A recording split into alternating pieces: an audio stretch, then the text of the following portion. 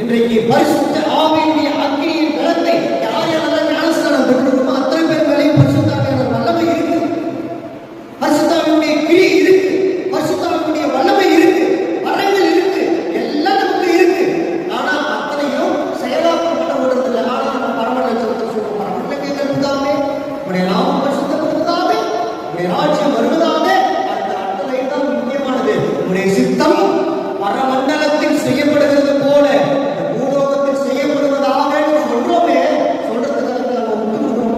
ஆண்டவரே, உங்களுடைய சித்தம் நீ எனக்கென்று வைத்திருக்கின்ற திட்டம் பரலோகத்தில் எப்படி நீங்க செய்யணும்னு விரும்புறீங்களோ அதே போல இந்த பூலோகத்தில் செய்ய ஆண்டவரே.